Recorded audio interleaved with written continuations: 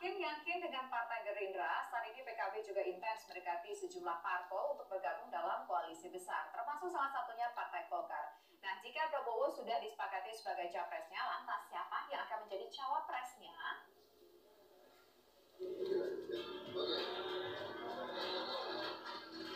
Koalisi Kebangkitan Indonesia Raya (KKIR) yang terdiri atas Partai Gerindra dan Partai Kebangkitan Bangsa (PKB) semakin solid menyongsong Pilpres 2024. Ketua Umum PKB Muhaimin Iskandar memastikan partainya siap mendukung Ketua Umum Partai Gerindra Prabowo Subianto maju sebagai calon presiden di Pilpres 2024. Memang Pak Prabowo sudah mantap, ya kita tentu siap aja untuk mendukung beliau, dan tentu kita nanti akan pada saatnya secara resmi kita umumkan. Ini memang soal itu pasti dukung Prabowo jadi capres, Pak. Insya Allah. Dukungan kepada Prabowo ini seiring dengan langkah PKB yang semakin intens berkomunikasi dengan sejumlah partai politik untuk membentuk koalisi besar, termasuk salah satunya dengan Partai Golkar. Muhaimin pun berharap Gerindra, PKB, dan Golkar dapat bersatu dalam ikatan koalisi. Orang nomor satu di PKB itu pun mendukung Ketua Umum Partai Golkar Erlangga Hartarto untuk menjadi ketua tim pemenangan. Kita ingin tiga kekuatan ini menyatu, Gerindra, PKB, Golkar. Nah, ini nanti akan terus pada akhirnya kita umumkan. Bukannya Golkar masih pengen kursi capres, cawapres atau itu? Oh, saya belum memasukkan pertimbangan itu. Mas, tapi akan senang kalau Pak Erlangga menjadi ketua tim pemenangan Ya. Prabowo ini? Iya, pasti. Komunikasi antara Gerindra, PKB, dan Golkar sudah dibangun.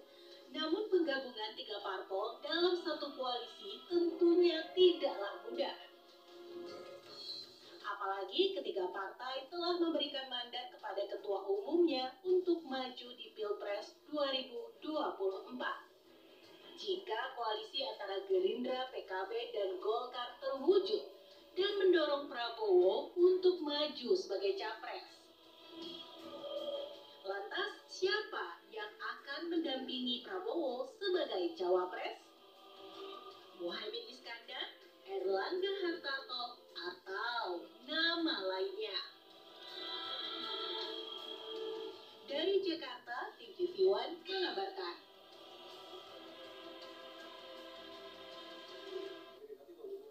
Koalisi antara Partai Gerindra dengan Partai Kebangkitan Bangsa semakin solid. Ketua Umum PKB Muhaimin Iskandar menyatakan partainya siap mendukung Prabowo Subianto untuk maju sebagai calon presiden di Pilpres 2024. Sementara Partai Golkar juga mengirim sinyal untuk bergabung dengan koalisi Prabowo. Apakah Golkar akan mensyaratkan Erlangga sebagai wakil Prabowo, pemirsa? Lalu bagaimana dengan Muhaimin Iskandar yang partainya lebih dulu berkoalisi dengan Gerindra? Untuk membahasnya telah bergabung bersama kami ada Wakil Ketua Umum PKB, yaitu ada Bang Zazilul Fawait.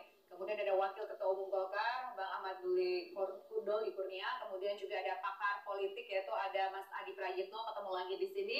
Kita akan berbincang dengan yang terlebih dahulu sudah ada di sini. Oh, tapi tampaknya PKB sudah bergabung bersama kita saat ini, Bang Zazilul. Bang Zazilul, ini kan PKB ini udah pasti mendukung Prabowo, sudah bergabung bersama kami. Oke, tampaknya masih ada gangguan komunikasi pemirsa, kendala teknis. Saya ingin ke Mas Adi dulu.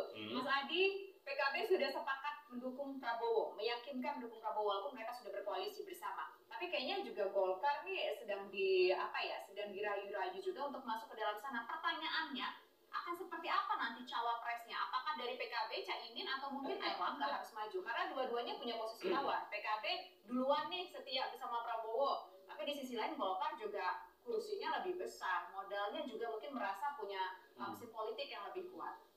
Saya ingin komentar dua hal. Pertama, baru kali ini PKB menyatakan dukungan politiknya kepada Prabowo. Baru hari ini PKB menyatakan bahwa capres yang mereka usung adalah Prabowo Subianto. Sebelumnya nggak begitu. Karena ketika misalnya Prabowo dikaitkan dengan nama cawapres lain, PKB mengatakan kita tidak pernah menyatakan Prabowo sebagai kandidat capres kami.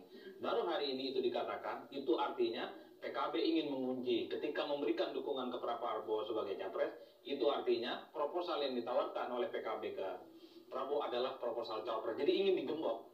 Cuman problemnya PKB pada saat yang bersamaan, ini yang kedua, itu salah ngajak kawan. Ngajak Golkar menjadi bagian dari koalisi ini. Itu artinya apa? Kalau Golkar masuk dalam koalisi PKB dan Gerindra, itu artinya membuat posisi PKB tidak terlampau diuntungkan dalam konteks ini. Lalu pertanyaannya adalah, Golkar mau dijadikan apa masuk dalam koalisi ini? Kan nggak mungkin ditawari hanya sebatas ketua tim ses pemenangan. Makanya tidak mengherankan kalau kemudian Golkar menyorongkan proposal bersedia menjadi calon pendampingnya Prabowo Subianto. Itu yang saya sebut, ini ngajak orang kaya, kursinya jauh lebih banyak ketimbang PKB. Makanya PKB ini agak uring-uringan juga ini kalau proposal yang ditawarkan oleh Golkar itu adalah posisi cawapres yang diincar oleh Golkar untuk Pak Erlangga Hartarto. Tapi kan di end of the day-nya kita tahu ini adalah partai politik pendukung Jokowi, punya kesamaan isu, punya common platform, punya iman politik yang sama. Persoalan siapa yang menjadi cawapres, tentu ini akan menjadi ranah ketiga partai ini untuk dibincangkan ke depannya ya. Tapi yang jelas ketika Golkar bergabung menyorongkan Pak Erlangga sebagai cawapres Prabowo, ini tentu menjadi ngeri-ngeri juga bagi PKB karena privilege bagi PKB untuk mendapatkan posisi sebagai pendamping Prabowo tidak lagi sepenuhnya utuh karena harus berbagi dengan Golkar. Tapi yang paling dulu Mas, yang kerap kan sama kiri ya Gerindra sama PKB. Golkar belakangan, meskipun mesin politiknya lebih kuat secara hitung-hitungan daripada PKB.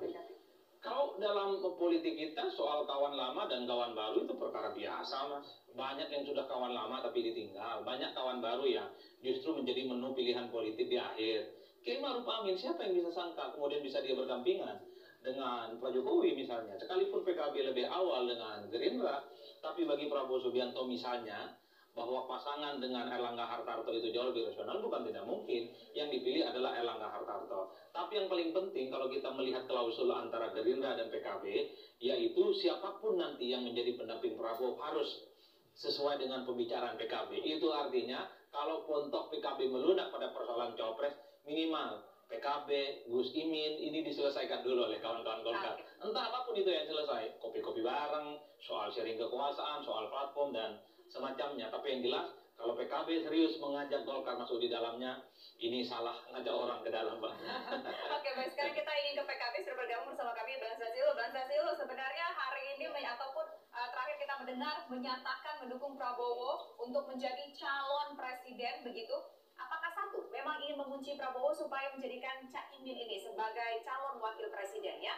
Atau ini juga bentuk untuk memberikan katakanlah stimulus kepada Golkar tadi supaya mau juga bergabung. Tapi kalau dibilang mengajak Golkar bersama-sama ini agak sulit karena Golkar kursinya lebih besar, mungkin juga secara hitung-hitungan powernya juga lebih banyak untuk mesin politiknya. Silakan, Bang Zazilo.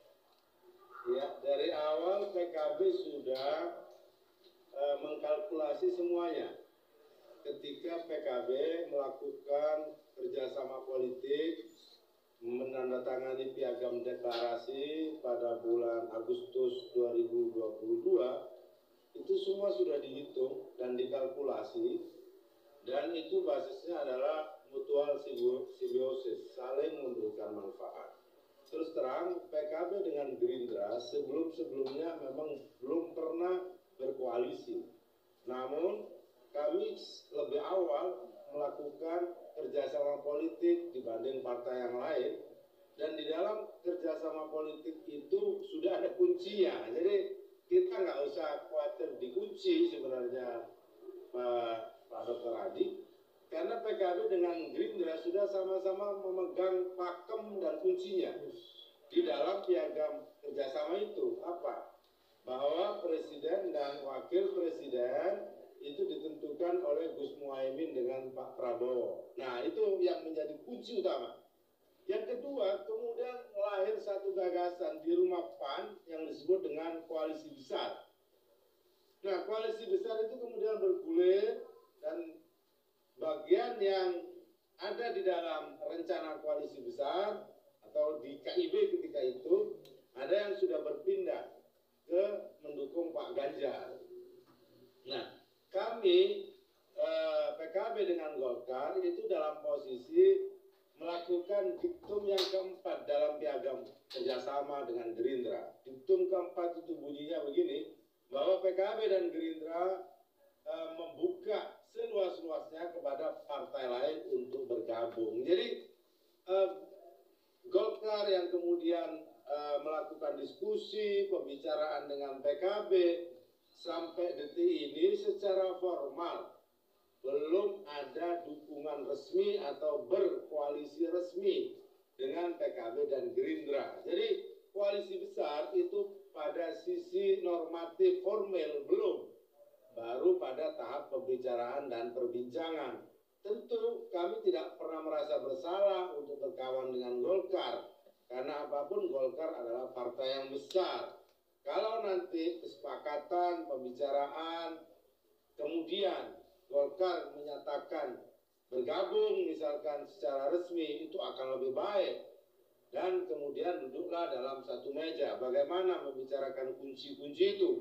Nah, sehingga pembicaraan-pembicaraan dalam kerjasama dan koalisi itu ke depan makin produktif. Jadi baik, Pak Dr. Adi, tidak ada soal bagi PKB, partai manapun yang mau bergabung dengan Koalisi Kebangkitan Indonesia Raya, karena Koalisi Kebangkitan Indonesia Raya sudah ada normanya, sudah ada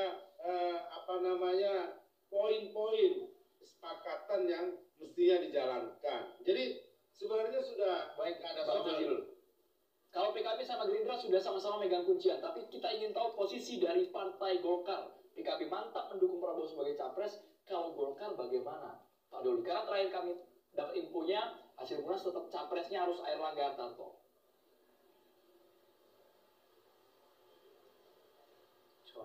Baca judul ini PKB usung Prabowo, kan memang itu salah satu kesepakatan yang menjadi bagian piagam yang ditandatangani oleh Prabowo dan Mas Gerindra dan PKB. Nah, kalau posisi Golkar sampai saat ini kita masih belum berubah, ya, bahwa kalau bicara tentang menghadapi Pilpres, kita punya keputusan di Munas dan kemudian di Porkodir Rapimnas bahwa calon presiden kita Pak Erlangga Hartarto. Nah, tetapi dari berbagai kesempatan juga pernah saya sampaikan bahwa ya kami sadar dan paham bahwa untuk menghadapi Pilpres ini Golkar tidak bisa sendiri. Ya. Makanya kita terus membangun komunikasi, ya, melakukan kerjasama dengan partai-partai politik yang lain. Nah, tidaklah kemudian beberapa tahun yang lalu kurang lebih kita sudah membangun kesepakatan, kesepahaman dan membentuk koalisi yang namanya Koalisi Indonesia Bersatu. Nah, kemudian kami juga berpikir, ya, ketua umum kami Pak Erlangga juga punya melontarkan gagasan tentang koalisi besar. Nah, kenapa? Karena kita beranggapan untuk mengurusi negara sebesar Indonesia ini alangkah lebih baiknya kalau memang sejak awal bisa dibangun ada kekuatan yang bisa bersinergi secara lebih banyak, gitu. Nah, maka kemudian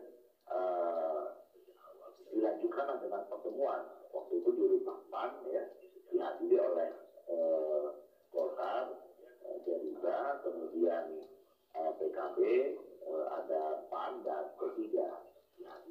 Dan waktu itu juga dihadiri oleh Pak Jokowi. Kemudian berkembanglah wacana untuk mengumpulkan koalisi besar itu.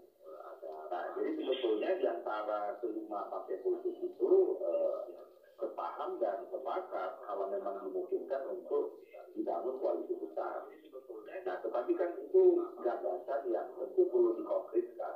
Cara mengkonkretkannya adalah perlu ada pertemuan-pertemuan yang lebih intensif untuk mengkonkretkan gagasan itu. Nah, kemudian dilanjutkanlah pertemuan antara Golkar dan PKB waktu itu dalam suasana Lebaran, kita buat acara halal bihalal, dan kita sepakat waktu itu menjadi inti dari koalisi besar. Nah, maksud dari inti koalisi besar itu adalah sebetulnya ini untuk menjadi jembatan saja, ya, antara KID dan KKIR yang diwakili oleh Golkar dan PKB untuk membicarakan kemungkinan untuk membicarakan atau membentuk koalisi besar ini. Nah, tentu ini tidak mudah dan kemudian tidak bisa kemudian hanya dalam waktu yang singkat terus kemudian kita simsalabim jadi, gitu, ya. Tentu ada pembicaraan yang lebih intensif dan kemudian ya berbicara kan tentang banyak hal, banyak variabel. Nah, variabel itu macam-macam, ya, bisa soal kesamaan visi, kemudian yang kedua adalah tentang ya kenyamanan kita membangun koalisi, gitu. Tentu yang ketiga kita semua ingin membangun koalisi itu ingin menang, yang ketiga tentu yang keempat tentu bicara tentang soal sharing, siapa dan di mana, gitu. Oleh karena itu, kalau sampai sekarang saya bisa menyatakan sama tadi bahwa koalisi besar itu sampai saat ini belum terbentuk. Oke, koalisi belum terbentuk dalam begini. proses pembahasan. Ya, Bang Doli, koalisi belum terbentuk, masih dalam proses pembahasan. Tapi Rabu kemarin kami dapat informasi bahwa salah satu proposal yang dari Golkar ini adalah Golkar mengajukan proposal untuk memasangkan Ketua Umum Gerindra Prabowo Subianto dan Ketua Umum Golkar Erlangga Hartarto di Pilpres 2024. Apakah ini syarat mutlak untuk berkoalisi bersama mengenai proposal Erlangga Hartarto menjadi cawapresnya? Nanti akan kita jawab usai jeda berikut. Kami kembali sesaat lagi. Yang menggantung tadi bahwa dari Golkar itu sebenarnya mau mengajukan proposal Prabowo, oke, calon presidennya, tapi wapresnya haruslah Erlangga Hartarto. Kang Doli. Saya nggak tahu tuh proposal siapa yang buat dan kemudian kok bisa nyasar ke tiap Ini statementnya kita baca kemarin. Ini kata Nusron. Pada salah satu proposal adalah Prabowo Presiden dan Wakil Presidennya dari KIB, yaitu Erlangga Hartarto. Ini disampaikan di kawasan Senayan, Jakarta Pusat, Rabu kemarin. Ya, jadi begini, bahwa Golkar sampai sejauh ini, ya, kami belum pernah ada pengambilan keputusan yang merubah keputusan sebelumnya. Ya. Dari beberapa kali kesempatan saya katakan bahwa pencapresan Golkar di tahun 2024 itu adalah keputusan Munas kami. Ya. Munas itu merekomendasikan bahwa Golkar harus punya kader Partai Golkar asli sendiri untuk dicalonkan atau ikut dalam kontestasi Pilpres. Nah, kemudian itu diperkuat dalam rapat pimpinan nasional yang memutuskan bahwa calon kita akan ikut kontestasi Pilpres dan capres kita itu adalah Pak Erlangga Hartarto. Dan dalam kesempatan itu, dalam rapimnas itu juga diberi mandat kepada Ketua Umum untuk melakukan langkah-langkah dan kemudian sampai pengambilan keputusan akhir. Nah, jadi kalaupun misalnya ada keputusan atau ada opsi-opsi lain, ya, itu memang kita serahkan kepada Ketua Umum yang tentu nanti juga akan disampaikan dan diputuskan secara resmi dalam forum yang setara. Nah, jadi oleh karena itu kita saat ini dalam proses membangun komunikasi. Nah, seperti yang saya juga pernah sampaikan, situasi saat ini kan masih sangat dinamis, ya. Karena sangat dinamis, maka masih banyak sekali kemungkinan yang bisa terjadi. Nah, Golkar dalam posisi seperti itu saat ini melakukan upaya untuk merajut berbagai kemungkinan itu, ya. Makanya kita dan posisi Golkar itu adalah partai yang terbuka dan bisa bekerja sama dengan siapa saja. Nah, kami sudah membangun kesepakatan dan berkoalisi dengan KIB, tapi kami juga terus membangun komunikasi dengan partai politik yang lain. Dan kemudian juga terakhir intensif dengan teman-teman Gerindra dan PKB. Nah, pertemuan-pertemuan intensif itulah kemudian yang memunculkan kemungkinan kita untuk bisa membicarakan hal-hal kesamaan yang bisa kita bangun. Bang Doli. Tapi sampai sejauh ini memang kita belum menemukan atau bilang apakah sudah ada kesepakatan untuk membangun koalisi besar. Itu belum ada, karena kan ukurannya itu kalau kita membangun koalisi itu kan ada kesepakatan atau paling tidak ada piagam yang kita tangani. Ini yang sampai saat ini kita belum sampai ke tahap itu. Baik, Bang Doli. Intens sudah berkomunikasi dengan Gerindra tapi belum menemukan titik temu Mas Adi Praitno. Apakah masih mungkin posisi Golkar tetap mengusung Prabowo atau memang sangat cair sampai sekarang, Mas Adi? Saya selalu mengatakan bahwa dalam politik itu kan semuanya serba mungkin. Yang tidak mungkin itu cuma satu hal, membangkitkan kembali orang yang sudah meninggal. Itu nggak mungkin, ya. Kalau bicara tentang apakah sangat mungkin Golkar berkoalisi dengan Gerindra, berkoalisi dengan PKB, saya kira sangat mungkin. Ini kan historisitas bagaimana hubungan ketiga partai ini baik-baik saja, Mas, tidak ada persoalan apapun. Cuman yang perlu dikompromikan adalah ketika bicara tentang siapa sosok capres dan siapa yang akan mendampingi Prabowo misalnya. Itu bukan perkara gampang, karena bagi PKB, siapapun yang berkoalisi dan ingin dengan PKB tentu harus menyertakan Muhaimin Iskandar sebagai pendamping. Tentu PKB tidak mau dan tidak nyaman kalau Gerindra berkoalisi dengan PKB tapi tidak mau dengan Muhaimin Iskandarnya. Dalam konteks itulah ketika misalnya ada Golkar dikaitkan dengan koalisi ini, sekalipun ada proposal nyasar kata Bang Doli, tapi sekalipun ini proposal nyasar, kalau itu lewat PKB bisa saja menjadi bahan negosiasi kan. Yang penting kan PKB-nya legowo. Misalnya kan begitu, maka sangat mungkin Pak Erlangga itu juga mengamini, maksud saya PKB mengamini Pak Erlangga bisa menjadi pendampingnya Prabowo Subianto. Kalau ini diasumsikan proposal itu betul. Karena PKB satu, sudah rela dan ikhlas lillahi ta'ala menyatakan Prabowo sebagai capres. Nah tinggal capresnya ini, kapan kira-kira ridho dan ikhlas juga lillahi ta'ala. Apakah kalau proposal Golkar itu betul adanya, di mana Pak Erlangga diminta misalnya sebagai kandidat capresnya Prabowo, saya kira PKB juga akan mempertimbangkan itu. Karena apapun judulnya, tiga partai ini adalah kawan lama, sahabat lama. Ini kan soal bagaimana menyelesaikan, bagaimana kepentingan ketiga elit ini bisa ketemu. Yang penting ketiga partai ini, kalimatun sawa, berada di barisan politik Jokowi, melanjutkan semua hal yang sudah dilanjutkan oleh Jokowi.